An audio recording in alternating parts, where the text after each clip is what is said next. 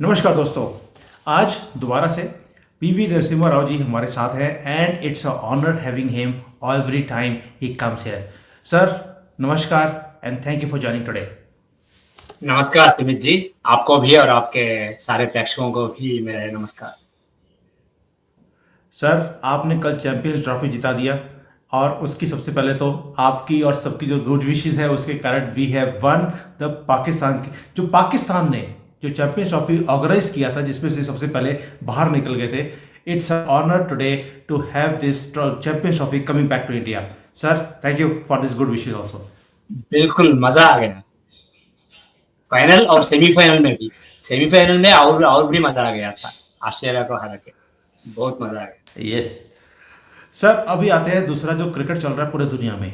Donald Trump जब से आए हैं वो टी20 खेलते लग रहे हैं। सारी दुनिया में उन्होंने टी20 खेला हुआ है, किसी को छोड़ नहीं रहे हैं, हर एक के साथ पंगा है। और आपको क्या लगता है, what do you think, what is Trump doing? Is he like just like जैसे हिटलर ने किया था, सारी दुनिया के साथ पंगा ले लिया था? Is Trump on the same lines और is it something calculative?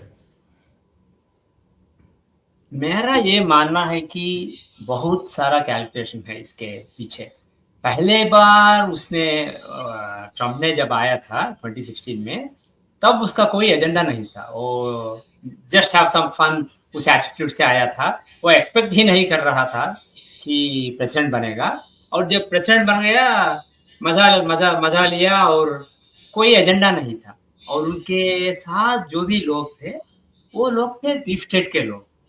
Deep state का मतलब सी, लोग समझते हैं कि डीप स्टेट एक एंटिटी है, एक ऑर्गेनाइज कोऑर्डिनेटेड सिंक्रोनाइज्ड एंटिटी है और everything happens in a particular way.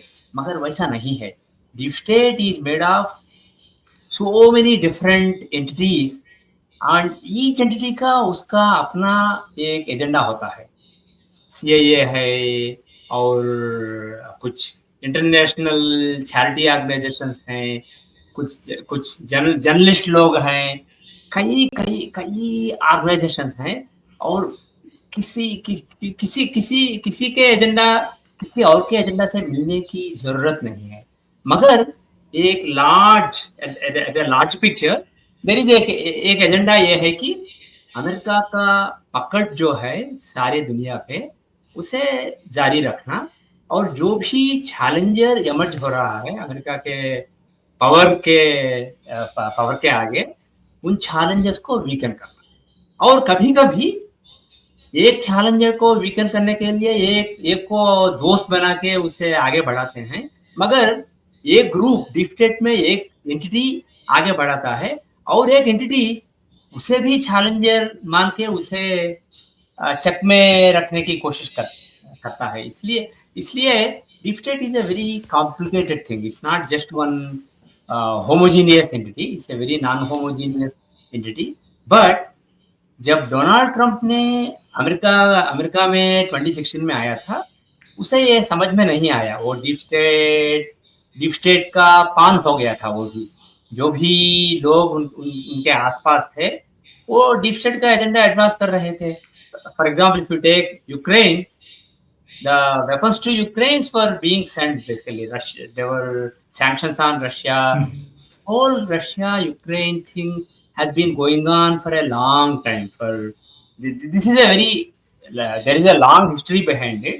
और ईस्टर्न यूक्रेन में जो रशियन लोग हैं, वो रशिया से आइडेंटिफाई करते थे पिछले सालों में। और उनकी उनके अगेंस्ट जो इनजस्टिस हुआ था, वो उससे नाराज थे। सो इसलिए ये नहीं समझना कि सारे लोग जो यूक्रेन में हैं वो यूक्रेन के साथ हैं। कुछ लोग जो ईस्टर्न यूक्रेन में हैं उनके साथ कुछ जबरदस्ती हुआ था। यूक्रेन ने किया था। मगर कोई ये जो प्रॉब्लम्स बेसिकली उबल रहे हैं, उन्हें सॉल्व करने का ट्रंप ने भी नहीं कोशिश किया था। ट्रंप ने ओबामा से कंपेयर करके ट्रंप के हयाम में और सारे वेपन मिले थे जेलेंस्की को। और उन वेपन्स को basically he also tries to politicize. Basically he wanted to get some statements about Biden, his opponent, and he basically tried to withhold for a while, मगर वो टेम्पररी था। सो ट्रम्प ने पहले टर्म में वो ही किया था जो जॉर्ज बुश ने किया था, बाइडेन ने किया था, और ट्रम्प के बाद जब बाइडेन आए थे जो उन्होंने किया था। मगर अब मुझे ऐसा लगता है कि कुछ खेल में बदलावट है इस बार, और इस बार जो लोग उसके अराउंड हैं, जो एलान मस्क है, जो जेडी वैंस हैं, जो तुलसी गैबर्ड है, ये लोग बहुत कैश समझ,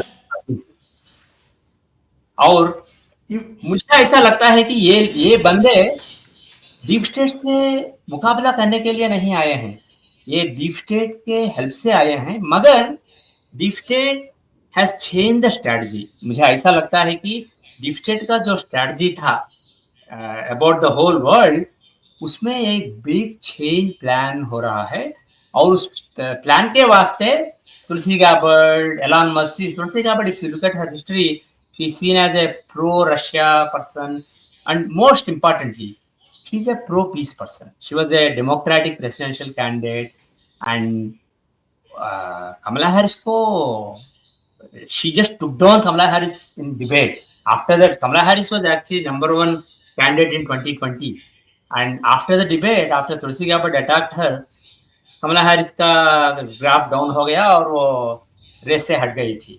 सो तुलसी गैबर्ड का मेन एजेंडा है पीस, वर्ल्ड पीस। वो समझती है कि जो कोल्ड वार रशिया और यूएस के बीच में फिर से वापस आ गया है, वो अच्छा नहीं है वर्ल्ड के लिए, और ये सारे रिजीम चेंज वार्स हो रहे हैं, वो अच्छा नहीं है। मगर मुझे, मेरा ये मानना है कि ये जो टाइम है 2020 से लेके 2036 का टाइम, ये टाइम है युद्ध का, ये टाइम शांति का नहीं है, ये टाइम युद्ध का है। सो मुझे ऐसा लगता है कि जो यूएस का डीप स्टेट है, सीआईए और वेरियस ऑर्गेनाइजेशंस, उन्होंने कैलकुलेट किया है कि जिस डायरेक्शन में हम चल रहे हैं वो डायरेक्शन ठीक नहीं है, हमें चाइना से मुकाबला करना है। चाइना को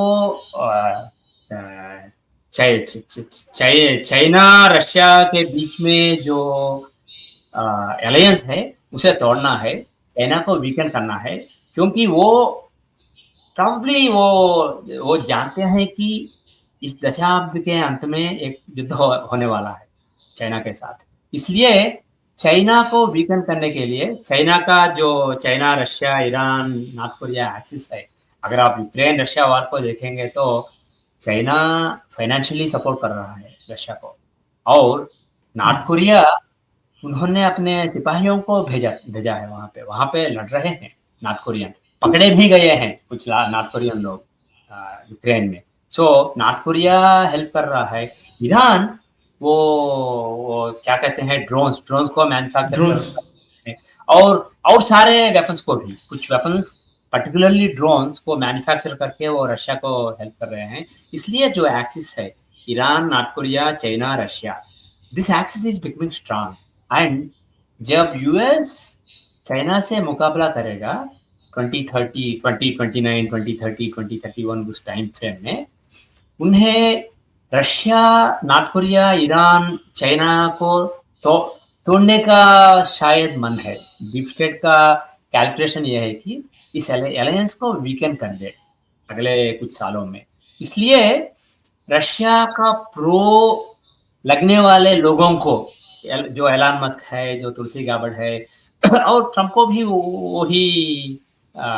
वही नाम है कि वो पुतिन के बहुत करीब ही हैं, पुतिन के बहुत फ्रेंड हैं, दोस्त हैं।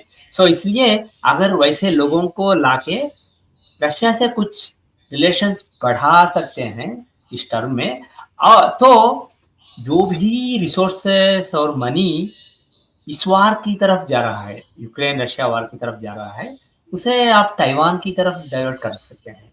और Taiwan is a big deal. Taiwan सारे electronics is taking over our life. जो भी हम यूज करते हैं फोन हो या कंप्यूटर हो या योर फ्रिज हो, माइक्रोवेव हो, कार हो, सभी में माइक्रो प्रोसेसर होते हैं। और ये माइक्रो प्रोसेसर सभी ताइवान में मैन्युफैक्चर, सभी नहीं मगर 90% से ज्यादा, जी। या 90% से ज्यादा ताइवान में मैन्युफैक्चर होते हैं। इसलिए चाइना का जो कंट्रोल है ताइवान पे, वो खतरनाक साबित हो सकता है लॉन्ग रन में हमारे यूएस के सिक्योरिटी के लिए, सारी दुनिया की सिक्योरिटी के लिए। इसलिए ताइवान को लेके जो प्रॉब्लम है, चाइना ताइवान को लेके, उस प्रॉब्लम को हमेशा के लिए सॉल्व करके ताइवान को इधर इंडिपेंडेंट बना दो या यूएस का क्लोज पार्टनर बना दो और चाइना से जो भी लिंक्स है वो खत्म कर दो। वो एजेंडा शायद है डीप स्टेट का, और ये इस दशाब्द के अंत में देखने को मिलेगा। मगर उसके लिए आपको जो भी अननेसेसरी इन्वेस्टमेंट्स हैं उन्हें बेसिकली खत्म करके all the resources have to be diverted to Taiwan. So इसलिए मुझे ऐसा लगता है कि and Elon Musk is a, अगर आप उनका चार्ट देखेंगे तो वो बहुत ही समझदार आदमी है, वो very smart person. He was he did not want Trump in the beginning. Trump का समर्थन नहीं कर रहे थे पहले में, और रॉन डिसैंटिस का समर्थन कर रहे थे। मगर जब ट्रम्प ही रिपब्लिकन कैंडिडेट निकले तो ट्रम्प के पास आ गए अपना सारा मनी लेके। सो वो उनके लिए ये मेरा दोस्त है, ये मेरा दुश्मन है, ये कैलकुलेशन नहीं है। It's all about money, it's all about is power and money. Of course power and money are exchangeable. तो पावर है तो मनी है तो पावर है, दोनों एक्सचेंजेबल हैं। इसलिए एलन मस्क बहुत ही समझदार आदमी है। अगर आप जेडी वैंस को लेते हैं तो वो भी बहुत समझदार आदमी है। सिर्फ 4 साल या 5-6 साल पहले उन्होंने कहा था ट्रम्प अमेरिका का हिटलर है। वो बेसिकली ट्रम्प के बहुत अगेंस्ट थे वो। मगर अब उन्होंने ट्रम्प से हाथ मिला के ट्रम्प को इम्प्रेस करके ट्रम्प का एजेंडा एडवांस कर रहे हैं। सो और अगर आप उनका चार्ट देखेंगे तो मुझे ऐसा लगता है चार्ट से कि वो बहुत ही समझदार आदमी है, very intelligent person. On the other hand Trump he has Singh लग्न। इस चंद्रा शोज आपका मनस्थिति जो है, मन की सूचना चंद्र से मिलती है, और उनका चंद्र डीप डिप्रेशन में है, नीच स्थान में है, परम नीच में। और उनका ग्रहण भी हुआ है, वो ग्रहण के दिन पैदा हुए। केतु बहुत ही नजदीक है, 1/2 डिग्री दूर में है चंद्र से।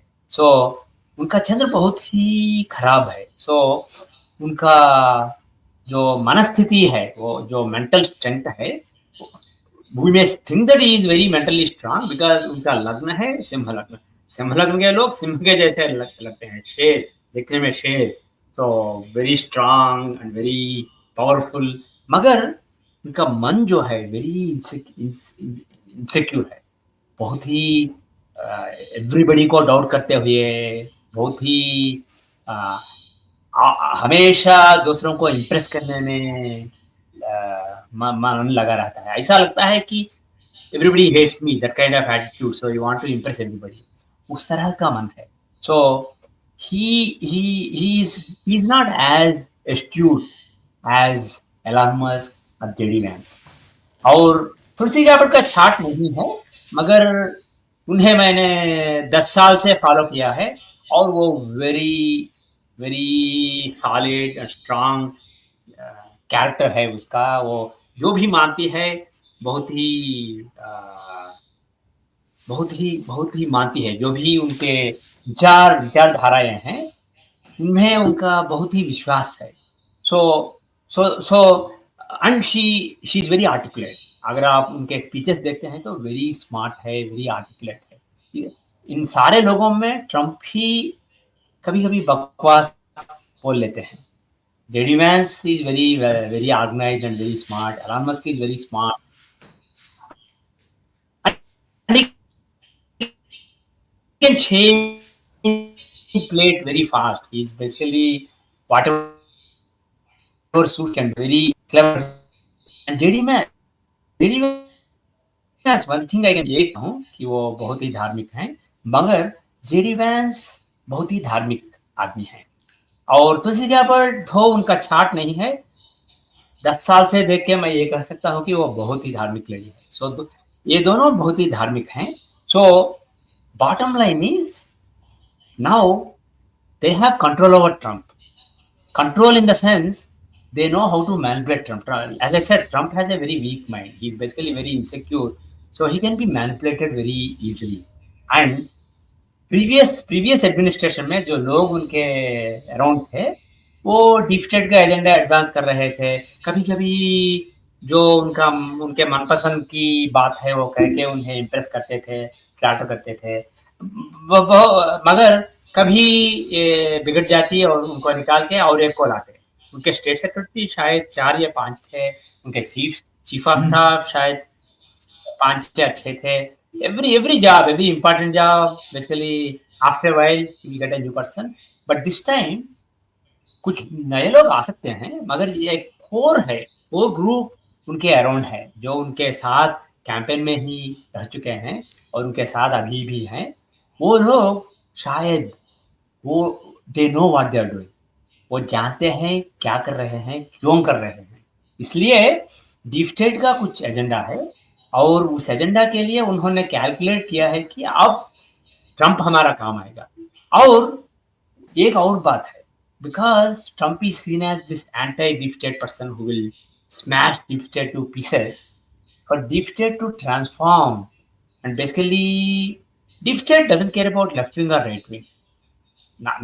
But the thing is, left wing people have used deep state and basically advanced the deep state agenda for a while. But the thing is, deep state का कोई मतलब नहीं है राइट विंग या लेफ्ट विंग।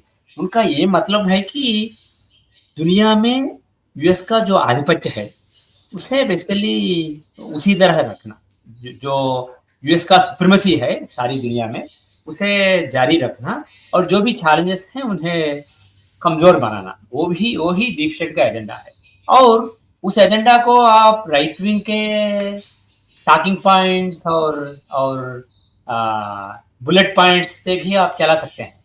इसलिए उनका मुझे ऐसा लगता है कि अब डीप स्टेट एक नया फॉर्म लेने वाला है और ये सारे जो लोग हैं, एलन मस्क, जेडी वैंस, वो बेसिकली उनके एजेंट हैं, डीप स्टेट के नए agent. Unlike in the past it was Mike Pompeo, Dickerson, all these people basically now, और John Kelly, all these people now नए बंदे आ गए हैं। ट्रम्प को शायद कुछ कुछ कुछ डिग्री तक पता है जो हो रहा है। पता है या पता नहीं, मुझे हम नहीं कह सकते हैं, मगर जो लोग ट्रम्प के आसपास हैं उन्हें पता है। So the thing is the calculation of the deep state, the way I see it is that Trump will be a useful tool because now people will believe that okay, now deep state is gone. You got rid of USAID, you basically got rid of all this funding, etc. And you are basically you are using talking points which are against what deep state used to basically promote earlier. But the point is, ये करते करते वो ऐसा हाल मचा देंगे दुनिया में जिससे चाइना का और यूएस का कॉन्फ्लिक्ट अनअवॉइडेबल हो जाएगा उनसे बेसिकली। और ये electronics industry, Taiwan, this also will come to the front and see Elon Musk, the tech guy is in the middle of it, so he can articulate why it's so important to basically ये 1-2 साल बाद शायद 2026-2027 में Taiwan को centrepiece बनाया जाएगा और silicon industry danger में है, इस तरह का नैरेटिव फैलाया जाएगा। और चाइना को China is a bully, China दुनिया को डिस्ट्रॉय करने में लगा हुआ है, इस तरह का नैरेटिव चाइना के अगेंस्ट फैलाया जाएगा। और उस तब अगर ट्रम्प या तुलसी गैबर्ट या जेडी वैंस युद्ध की बात करते हैं तो लोग समझ जाएंगे, पीपल विल थिंक दैट ओ ये लोग युद्ध के खिलाफ हैं, ये लोग शांति दूत हैं। सो अगर ये बात कर रहे हैं तो शायद कुछ दम है। तो इसलिए I think they are preparing a ground for a big conflict with China over Taiwan in the late 2020s and particularly 2030, 2031. 2030, 2031 is a critical time, especially late 2030, जो महाभारत में कुछ बातें बातें हुई थी। व्यास व्यास महर्षि ने कुछ कॉम्बिनेशन, एस्ट्रोलॉजिकल कॉम्बिनेशंस बताए थे जो युद्ध के समय हुए। वैसे कॉम्बिनेशंस अभी 2030 लेट 2030 में आ रहे हैं, इसलिए कुछ महायुद्ध हो सकता है। ये युद्ध भी हो सकता है या cyber war, some kind of big conflict between super powers and basically change of equations हो सकता है। इसलिए जो भी हम देख रहे हैं ट्रम्प से, ये सब मुझे ऐसा लगता है कि जेडी वैंस, एलन मस्क ये लोग प्लान कर रहे हैं। ये they want to just basically disrupt everything and create a new order, create a new narrative, and create a new way of looking at the world. And ये सब होने के बाद ऐसा लगेगा कि यूएस प्रपंच में शांति फैला रही है और चाइना उसमें ट्रबल डाल रही है।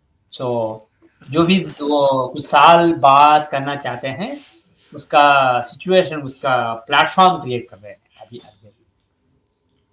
सर मुझे एक चीज़ बताइए, आपने बोल दिया कि ये सब कुछ चेंज कर रहे हैं, रशिया को पास में लेके आ रहे हैं ताकि ये पूरा नेक्सस टूट जाए चाइना का, रशिया का। बट अगर इस तरह से हो जाएगा तो हॉलीवुड का क्या होगा? सारा हॉलीवुड तो रशिया के साथ लड़ाई में ही लगा है, उसी के ऊपर सब मूवीज बना है। अगर आप सोच कर देखिए, रशिया और अमेरिका दोनों इकट्ठे होते हैं, लाइक लाइक नहीं लाइक होंगे, वी आर नहीं होंगे, सीइंग। नहीं होंगे। मैं बोल रहा था कि इकट्ठा करने की कोशिश भी करिए। वो रशिया से अलायंस भी नहीं नहीं बनाना चाहते, मगर रशिया को चाइना से दूर रखना चाहते हैं। And but but I do you do do you think, see कि नहीं, ये एक बात, एक लॉजिकल बात, even if Russia becomes friends with US and goes against China, तभी तब रशिया के ऊपर फिल्म बनाना छोड़ के चाइना के ऊपर फिल्म बनाएंगे। अब Hollywood is creative, Hollywood adopt कर सकती है, मगर वो बहुत ही छोटी छोटी इश्यू है। no, मगर no, no, no. Hollywood, मुझे sir. Hollywood is just an idea I'm giving because that is how the mentality of people works. That Russia has always been an adversary, and today they are talking about making friends with Russia. Is it possible? No, I don't think it's possible. I think it's just a temporary game to weaken the alliance. It's not that you want to basically become Russia से दोस्ती करके Russia और America close friends बन के। See the trade जो जो है Russia और अमेरिका के बीच में, वो बहुत ही कम है। अगर आप चाइना यूएस ट्रेड और India US trade, Europe US trade और मेक्सिको कनाडा, उस स्टेट से कंपेयर करते हैं, जो ट्रेड यूएस करता है रशिया से वो बहुत ही कम है। इसलिए this is just a strategic thing. मैं ऐसा नहीं मानता हूं कि रशिया को दोस्ती में लाना चाहते हैं, नहीं। रशिया रशिया और चाइना जो दोस्त हैं, उस दोस्ती को तोड़ना चाहते हैं बस। और अभी see Zelensky came to US, made lot of drama and went back, मगर ये अभी खत्म नहीं हुई, ये बात अभी खत्म नहीं हुई। इसे ऐसा नहीं है कि tomorrow they will sign a peace deal and sign everything and it's all done. मुझे, अगर मैं यूक्रेन का चार्ट देखता हूँ, अगस्त में उनका इंडिपेंडेंस था।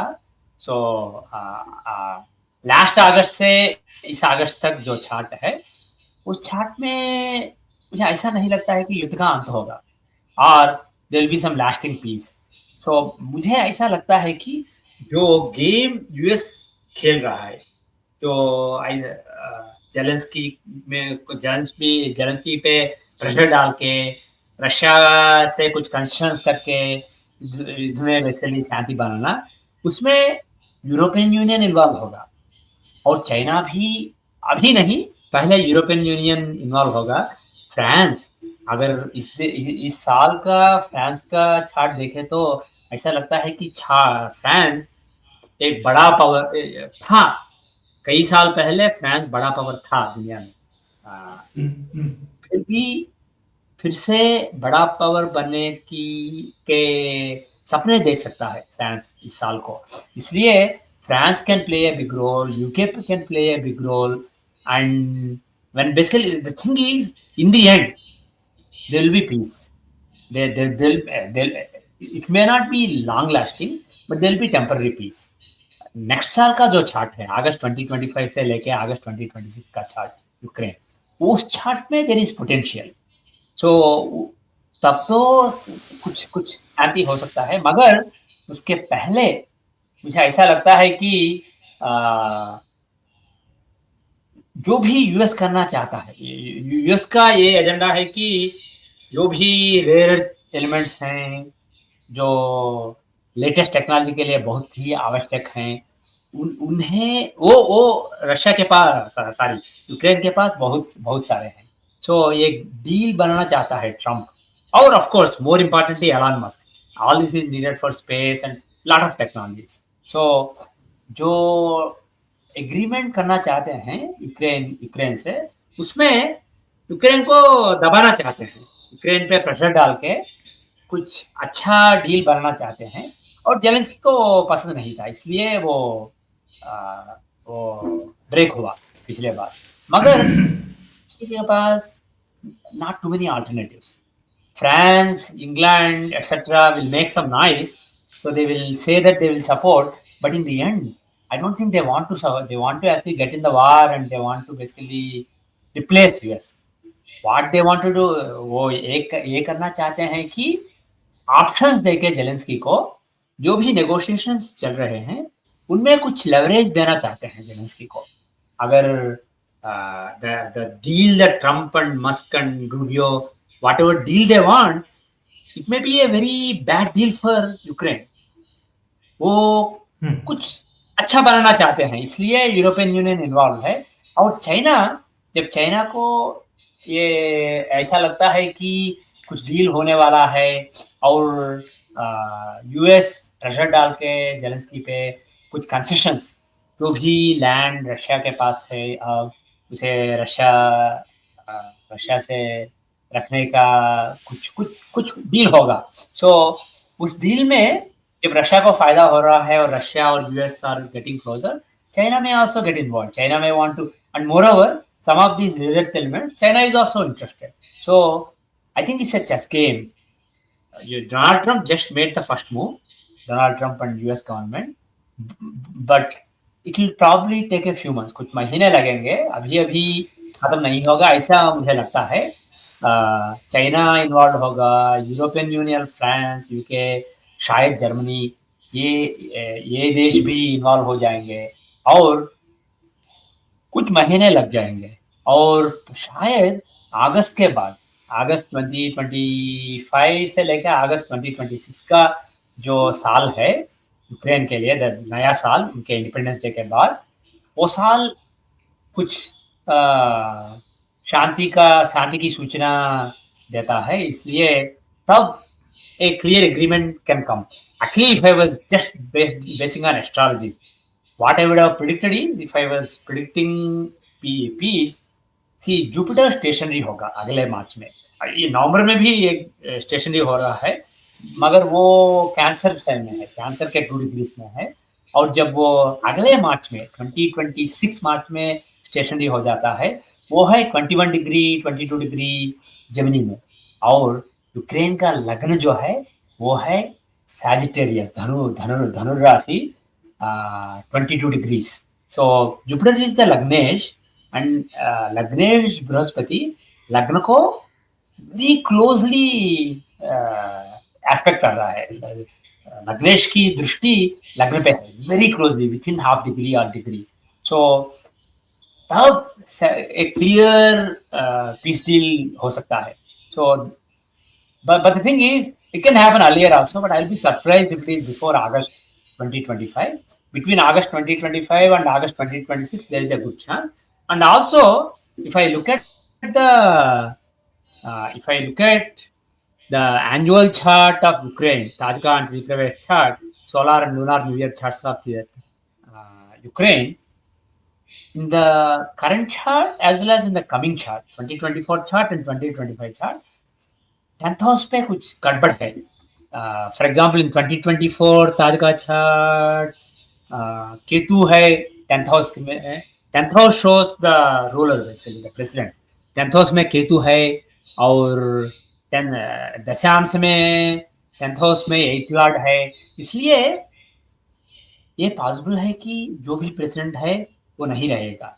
इसलिए Zelensky losing position is possible. So शायद ये जो नेगोशिएशंस होने वाले हैं इस आई थिंक इस हफ्ता एक नेगोशिएशन है, मगर कई नेगोशिएशंस होने वाले हैं और कई players, everybody has their own agenda. You has their agenda, China has their agenda, और सारे एजेंडा डालना शुरू करेंगे.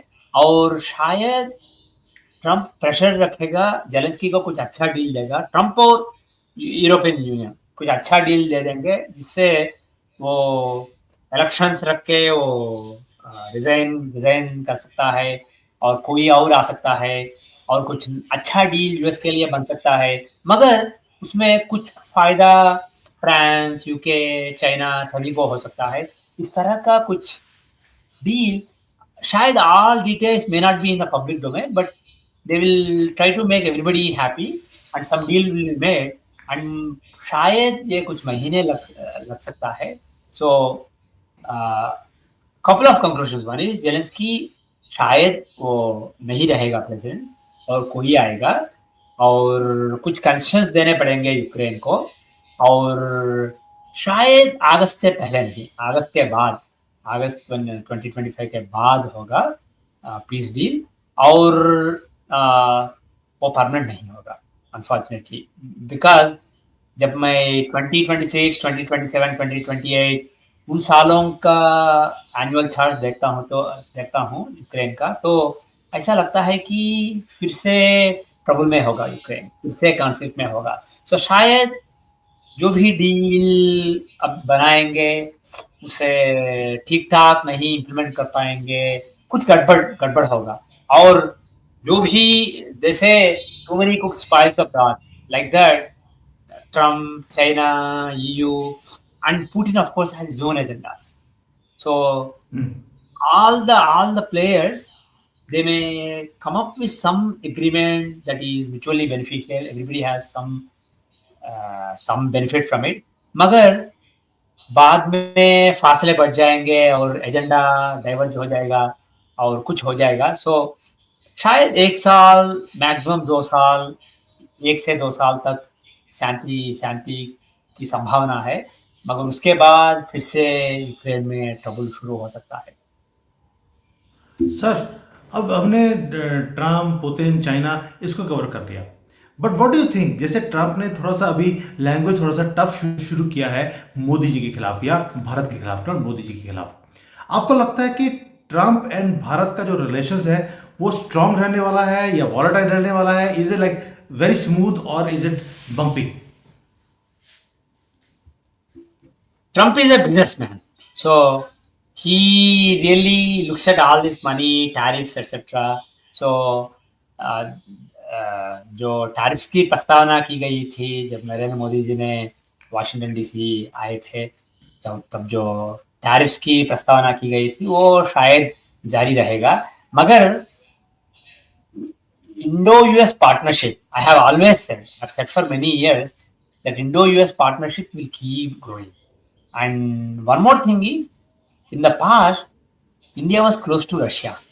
India had got all their weapons from Russia, and all the जो भी कम्युनिस्ट भावजाल हैं वो भारतीय विचारधारा में बहुत ही इंटीग्रेटेड हो चुके हैं कई साल से. इसलिए भारत रूस का नजदीकी दोस्त रह चुका है. मगर मैं कई सालों से कह रहा हूं कि a time will come when Russia will choose China over India.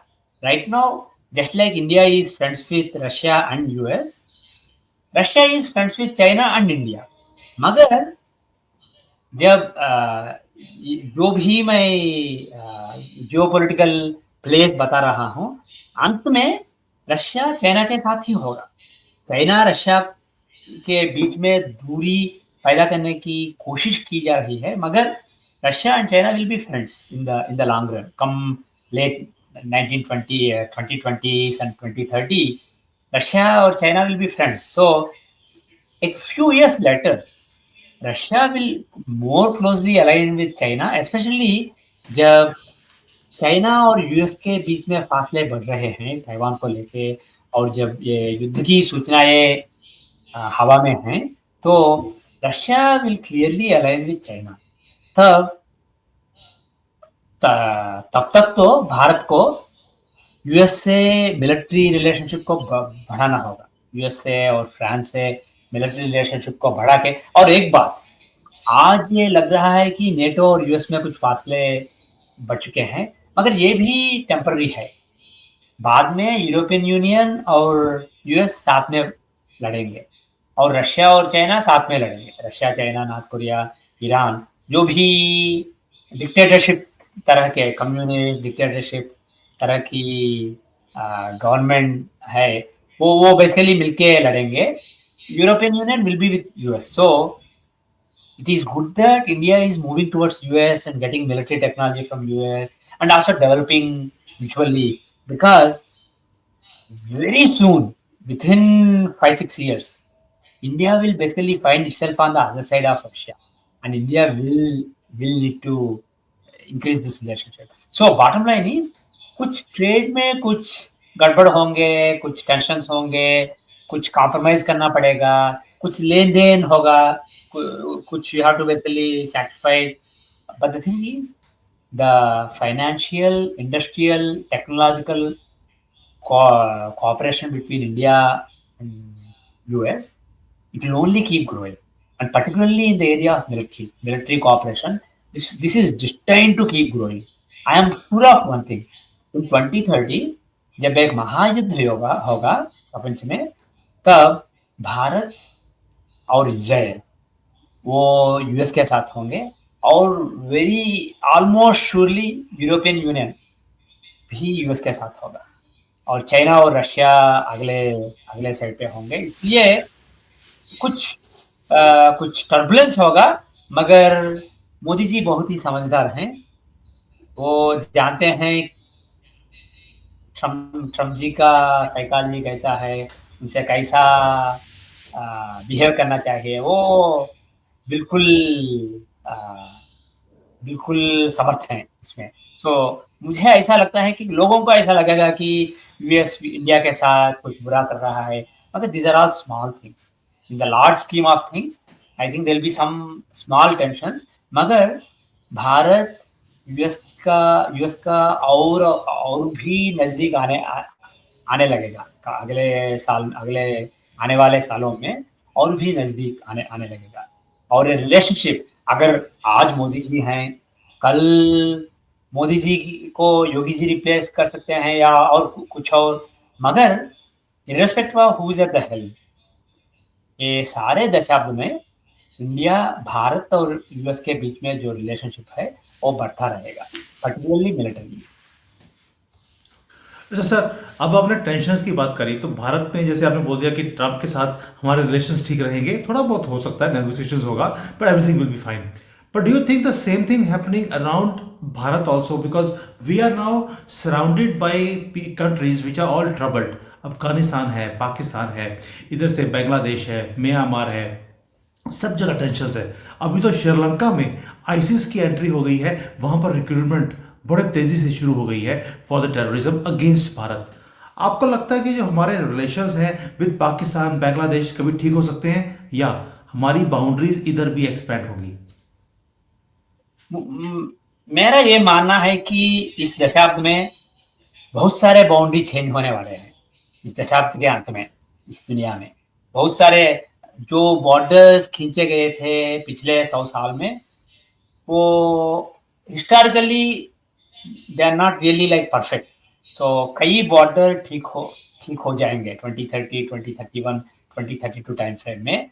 सो बांग्लादेश के बारे में मुझे पता नहीं, बांग्लादेश वेरी ट्रिकी है, मगर जो कश्मीर है, पाकिस्तान ऑक्युपाइड कश्मीर और पाकिस्तान, वहाँ कुछ गड़बड़ हो सकता है अगले आने वाले सालों में। पाकिस्तान के लिए ये वक्त बहुत ही बुरा बुरा वक्त है। सो पाकिस्तान टूट सकता है, पाकिस्तान अ, कई देशों में टूट सकता है। एक देश शायद 2032 में पाकिस्तान एक देश नहीं रहेगा, इसलिए। और कश्मीर फिर से भारत में शामिल हो सकता है, जो भी पाकिस्तान वाला हिस्सा है कश्मीर का, वो भारत में फिर से मिल सकता है। ये सब इस दशक में हो सकता है, शायद सोनर सोनर सोनर ओनली पॉसिबल। मगर जो बात आपने एक प्रस्तावना की है, जो टेररिज्म का प्रॉब्लम है, ISIS ISIS inspired terrorism in India's neighbourhood, ये जो टेररिज्म है, बहुत सारे प्लेयर्स हैं ये प्रमोट करने वाले। एक है general sponsors of Islamic terrorism, some Islamic countries that have promoted Wahhabi ideologies and terrorism across the world. So they are one sponsors. The other sponsor is the Western deep state. They're not really friends, but the thing is, they can use any tools that are at their disposal. जैसे मैंने पहले कहा था, deep state उसका main agenda है, जो भी challenger बन सकता है उसे वीकन कर दो और अपना एजेंडा एडवांस कर दो। सो इंडिया को, भारत को बढ़ावा देंगे चाइना को चक में रखने के लिए, मगर इंडिया को भी चक में रखना चाहते हैं। इसलिए अगर आईसीस इंडिया में कुछ गड़बड़ कर रहा है तो करने दो। और कुछ जॉर्ज सोरोस के ऑर्गेनाइजेशन इंडिया में आके फार्मर्स प्रोटेस्ट और सारे प्रोटेस्ट करके मोदी गवर्नमेंट को वीकन करना चाहते हैं तो करने दो। वो है एटीट्यूड वेस्टर्न डीप स्टेट का। और एक और खतरनाक खिलाड़ी है apart from the Middle East, Middle Eastern sponsoring of terrorism और deep state tolerating and even encouraging terrorism against India, China. China really knows that India is a regional enemy. Within ये आसिया खंड में चाइना के बाद, शायद Russia China के बाद भारत ही बड़ा देश है। और इकोनॉमी वाइज तो भारत बढ़ रहा है, जैसे चाइना बढ़ रहा था कई साल पहले, अब भारत बढ़ रहा है और चाइना स्टैग्नेट हो गया है। इसलिए उन्हें पता है। और भारत एक लोकतंत्र, भारत में लोकतंत्र है, इसलिए वेस्ट को भारत और अच्छा लगेगा चाइना से बढ़ के। इसलिए जो भी वेस्टर्न इन्वेस्टमेंट है वो भारत में आ रहा है। So China knows all this. So और चाइना ये भी जानता है कि US will use India against China, and when the final conflict comes with US over Taiwan, भारत यूएस के साथ होगा, ये चाइना को पता है। इसलिए भारत को वीकन करना चाइना का one of the biggest agendas. they can't directly go against US now, so it's a cold war with US, but with India they can really try to weaken India. So when we say deep state, US deep state, etc., people think of certain organizations, certain NGOs, etc., that are basically some money that is being funded by US government to some NGOs, जिनके कुछ कार्यक्रम हैं India में। मगर China सब covert है। जो China का डीप स्टेट है, चाइना का the deep state, another alternative word is synonym is the subtle influencing entity. Basically each country has an entity that it controls, which basically enhances its influence, spreads its influence across the world और जो भी दुश्मन है उन्हें कमजोर बनाओ, और जो भी नैरेटिव आपके लिए अच्छे हैं उन नैरेटिव्स को बेसिकली बढ़ावा दो सारी दुनिया में, सारे मीडिया में। ये चाइना भी करता है, और शायद यूएस से बढ़ के चाइना अच्छी तरह से करता है। और ये कवर्ट है यूएस की तरह। It's not like State Department has some programme and they are funding and you can all track the money. It's basically very covert. So US has covert as well as some of the traditional things. So it is very dangerous. So ये जो terrorism India के against है, वो China भी बढ़ा रहा है मेरे हिसाब से। मगर one thing I am sure of, there will be tensions, there will be troubles for India. मगर ये जो नेक्स्ट 20 साल हैं, ये 20 साल इंडिया के लिए बहुत ही बहुत ही अच्छा वक्त है। इंडिया इंडिया और सनातन धर्म स्ट्रगल किया था 1000 साल तक। मगर अब इंडिया का टाइम आने वाला है, और ये 20 साल का वक्त जो है 2020 से 2040 तक, ये टाइम है इंडिया का आगे बढ़ने का, और दुनिया में एक सुपर पावर बनने का, एक थॉट लीडर बनने का, एक मटेरियलिस्टिक मैटर्स लीडर बनने का। तो ये बहुत ही अच्छा टाइम है इंडिया के लिए। इसका मतलब ये नहीं है कि things will be smooth, challenges रहेंगे। ये जो टेररिस्ट हैं वो अपना काम करते रहेंगे, मगर India will survive this, and India will fight back well.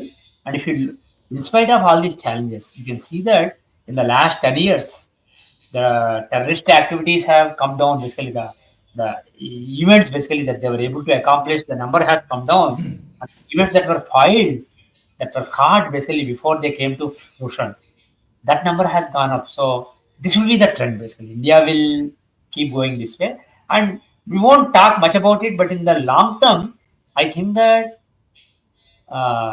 ये जो मजहब है इस टेररिज्म के पीछे, उस मजहब में कुछ अच्छे लोग, बहुत सारे अच्छे लोग भी हैं, मगर because of the karma will catch up. So उस मजहब के लिए बुरा टाइम है ये जो टाइम चल रहा है, ये टाइम और अगले 10-20 साल बहुत ही बुरा वक्त है। उनका जो है रेपुटेशन है वर्ल्ड में वो खराब हो जाएगा, और जो भी सेक्युलरिज्म का नाम लेके उनके खिलाफ बात करना नहीं चाहते हैं, वो बात करना शुरू करेंगे। Not just people like Trump and Vance and etcetera, basically people who are considered as secular, open minded, वो भी बात करना शुरू करेंगे कि कुछ गड़बड़ है यहाँ पे, क्यों। और ये एक और बात है कि उस रिलीजन में भी बहुत सारे डिसअफेक्टेड लोग हैं जो बेसिकली उसके खिलाफ बात करने लगे हैं। Basically if you see, there are lot of ex that particular religion. Basically, if you search x dash the name of that religion, you'll find a lot of people on the internet वो अभी डरते हैं। मगर जब वो critical mass reach होगा, वो number, जो लोग उस रिलीजन से तंग आ चुके हैं, उनका नंबर अगर ये एक थ्रेशोल्ड पार करेगा तो कुछ होगा इसके लिए। सो और जो भी जियोपॉलिटिकल ट्रांसफॉर्मेशन हो रहे हैं, उनसे उस एरिया में बहुत ही प्रॉब्लम होगा। सो वो भी कंट्रीब्यूट करेगा। So the thing is just deal with it. This is a big nuisance. The religious terrorism around India is a big nuisance, and moreover, because they have the Western and Chinese deep state support, वो कामयाब रहे हैं ये narrative फैलाने में कि India में, भारत में माइनॉरिटीज को दबा जा रहा है, माइनॉरिटीज डर रहे हैं, ये नैरेटिव फैलाया जा रहा है। और वो कामयाब रहे इस नैरेटिव को फैलाने में, क्योंकि उनका सपोर्ट है। ये जो नेटवर्क है वेस्टर्न डीप स्टेट और चाइनीज डीप स्टेट, वो वैसे आर्टिकल्स छपते हैं मीडिया में, सोशल मीडिया में। ये जो बॉट फार्म्स हैं वो बेसिकली सारे लिंक्स भेजते हैं। इसलिए कुछ जेन्युइन लोग भी समझते हैं कि शायद ऐसा है, मगर ये सब नैरेटिव है। और as the players in this narrative basically are busy with other activities, this will organically weaken. So just deal with it. Just basically whenever you find terrorists, deal with them, catch the terrorists, and more importantly, spread your own narrative. India is really bad at spreading your own narrative. India is always playing defense. So you basically correct the narrative, और कुछ बुरा narrative China और waste के बारे में भी फैलाओ। India को इसमें पैसा लगाने की आवश्यकता है। इंडिया भारत ऐसा समझता है कि हम धार्मिक हैं, हम बुरा नहीं करेंगे, मगर श्री कृष्ण ने भी धर्मराज से झूठ बुलवाया था। जब युद्ध हो रहा, महाभारत युद्ध हो रहा था, अश्वत्थामा हतः हतः कुंजरः, that thing basically, नरोवा कुंजरोवा, so that thing, so he made Dharmaraja say a kind of grey lie. So all is fair in war basically. So Yeah. for dharma, India has to basically be savvy in spreading this narrative. And one small thing, going back to Ukraine, when Ukraine's moon is at the end of Capricorn, Makar Rasi, when Saturn was very close to that moon, that is when the war started. So अब मार्च 20 को Saturn वहां से वो 7.5 में थे, और जब Saturn exactly moon पे था तब वार शुरू हो गया, और लेटर वो कुंभ में आ गया मकर से, और ये मीन में जा रहा है, मीन राशि में जा रहा है मार्च 20 को। सो उनका 7.5 ही खत्म हो रहा है। सो ये भी apart from the charts that I mention, ये भी इंडिकेट करता है कि शायद कुछ रिलीफ होगा, मगर based on the annual chart, so March के बाद पॉसिबल है, मगर एनुअल चार्ट के हिसाब से मुझे ऐसा लगता है कि वो लेटर दिस ईयर या अर्ली नेक्स्ट ईयर होगा। ओके सर, अभी हमने टेररिज्म की बात किया। रिसेंटली आपने देखा है कि दिल्ली के अंदर एक मुहिम शुरू किया है, there is a drive to check this illegals, उनके आईडी कार्ड्स चेक किए जा रहे हैं, उनको पकड़ा जा रहा है। Do you feel that Delhi में जो नया सीएम आई है Rekha Gupta ji, she is going to bring a radical change in Delhi, she is going to transform, जिस रीजन के लिए मोदी जी उनको लेकर आए हैं, is she that strong a candidate to bring a transformation? और केजरीवाल का क्या होगा?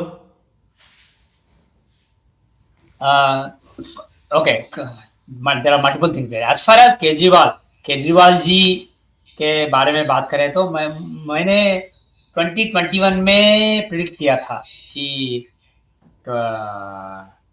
2023 अगस्त और 2024 अगस्त के बीच में उनका पतन होगा, और 2025 के जो इलेक्शंस हैं उनमें वो पावर लूज करेंगे।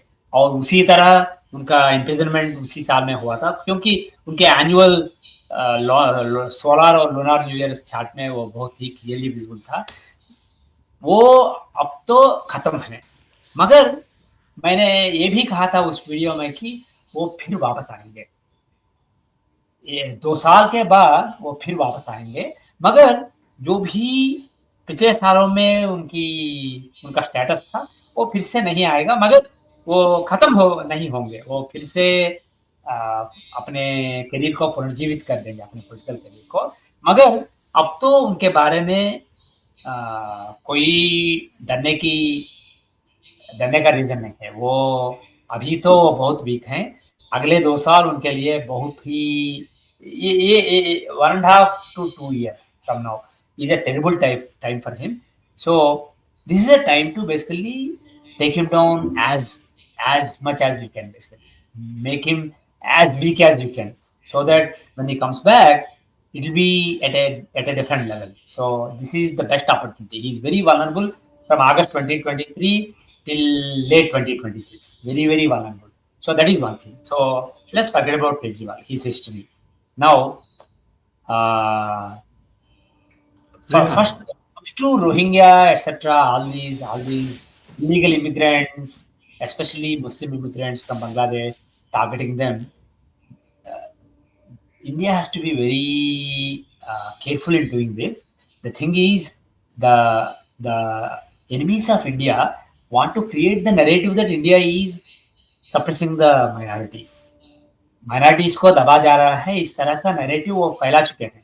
अगर आप कोई उनके लिए मटेरियल दोगे उस नैरेटिव को और भी बढ़ावा देने के लिए, तो वो जरूर कर देंगे। So India has to be very savvy and get buy-in from some Muslim leaders also. See, don't think that all Muslims think one way.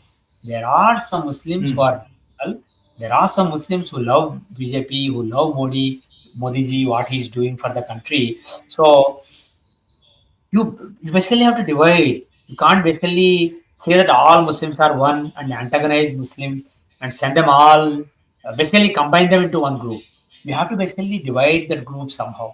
So that is, and if you basically, if it seems like you are against Rohingyas or against Muslims in general, it is not going to fly well. So they have to, Modi ji is very good at that.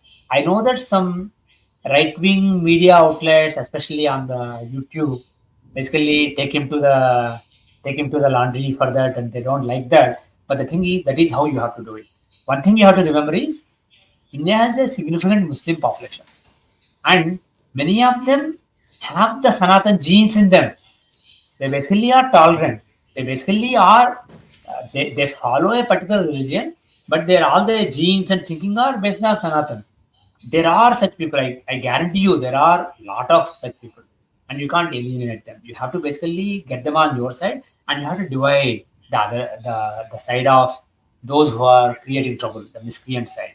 You can't let the good guys go on the side of miscreants just because they are practicing the same religion. So this is something that Modi ji is doing a fantastic job of.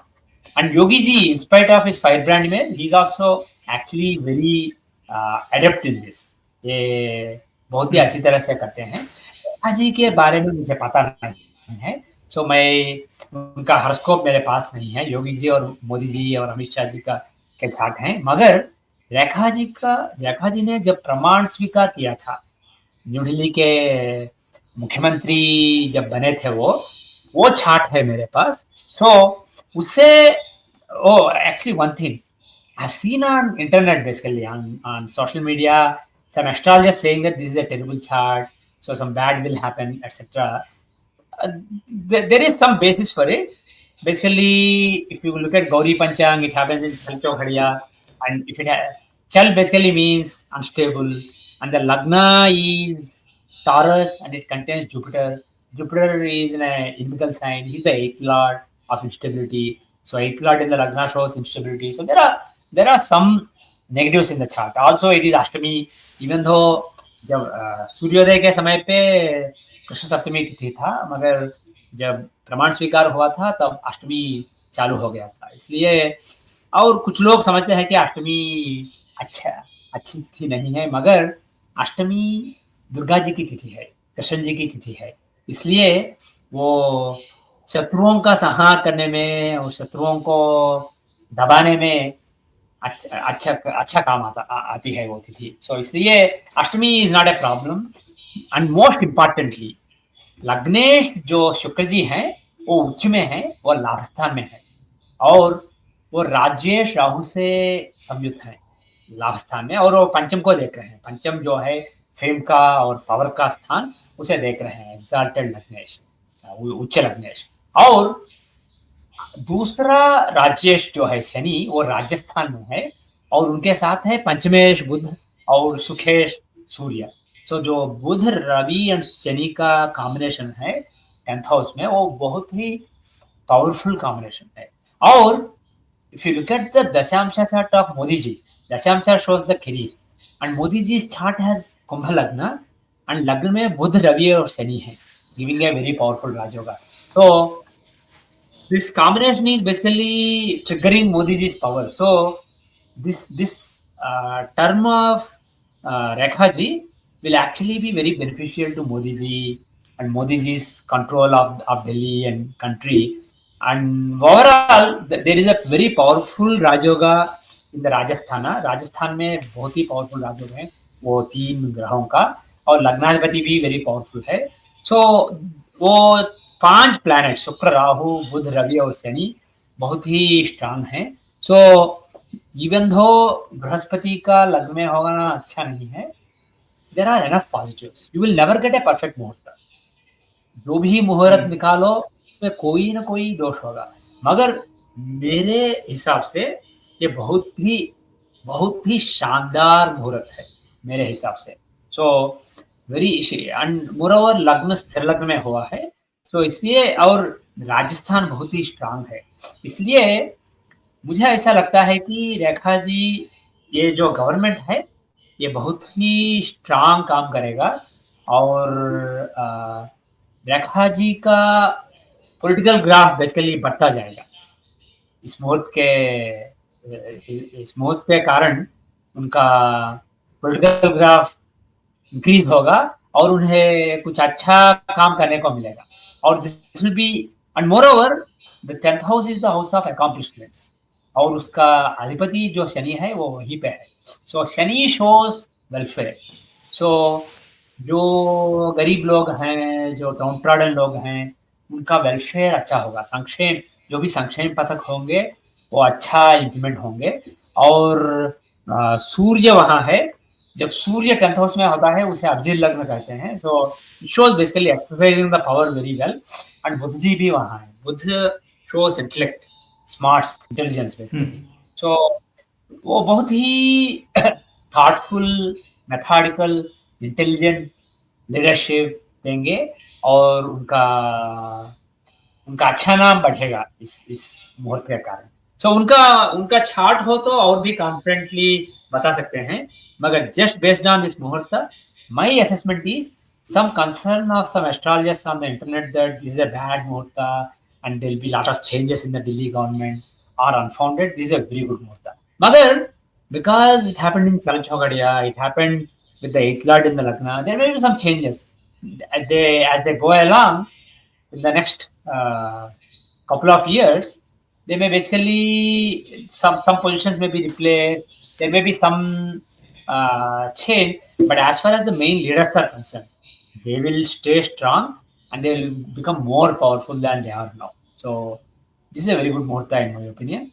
And as far as religious tensions etc. are concerned, see, लग्नेश शुक्र जो है वो राहु के साथ mean राशि में तो कुछ रिलीजियस टेंशंस एक्सेट्रा हो सकते हैं मगर the 9th lord is in one house so I think yeah overall my assessment is whatever will be done there will be rhetoric there will be a narrative but in the end they will do what makes sense they will be very logical about what they do so in the end it will go well it will not basically cause riots and basically Delhi burning in riots उस तरह का कुछ नहीं होगा कुछ tension होगा मगर basically अच्छी तरह से हैंडल कर पाएंगे वो सब Sir, it's already been 1 hour, and it's like I do not want to stop. It is always like this with you, फिर से मिलेंगे and people who see my videos, they always know that I do videos between 10 to 15 minutes, but with you, it's always it's never less than 1 hour, and I still want to continue. I have so much to ask you, but I think we'll do it again. Today, what you've done today is like you've explained that Russia and America is not going to come together in the long run. It is going to be, it's just a temporary love kind of a thing. It's not going to be a permanent marriage between America and Russia. और ultimately China को week करना है वही एक मुद्दा है भारत के साथ रिलेशंस अच्छे होने वाले हैं अमेरिका के साथ लॉन्ग टर्म में और भारत का फ्यूचर बहुत ही ब्राइट है ये जो लोग डरते हैं कि इलीगल्स का क्या होगा ये टेररिज्म के ऊपर हमारे ऊपर अटैक होगा ऐसा कुछ नहीं होगा पाकिस्तान का विघटन होने वाला है बांग्लादेश का भी पता नहीं है we will do that later exclusively and we will also do China also we will do some deep analysis with you in the near future कि चाइना का क्या होने वाला है because you know that I live in China and I want to see what is going to happen deep dive and we'll see that what is going to happen with China and especially in relation with Bharat क्या relations अच्छे रहने वाले हैं बुरे रहने वाले हैं we'll do that अब दिल्ली भारत के दिल है और उसमें रेखा जी बैठ गई हैं उन्होंने भी रेखा बांध दी है कि मैं इसकी पूरी रेखा के अंदर पूरी डेवलपमेंट करके दिखाऊंगी and this is what the chart says around Delhi वो लक्ष्मण रेखा बनाएंगी रेखा जी जिससे रावण नहीं आ सही बात है लेकिन जो रावण अंदर बैठा है उसको बाहर निकालेगी भी चलिए राव साहब thank you so much thank you for your time thank you for your patience of explaining each and everything it's a pleasure thank you so much जय हिंद जय हिंद जय श्री राम जय श्री राम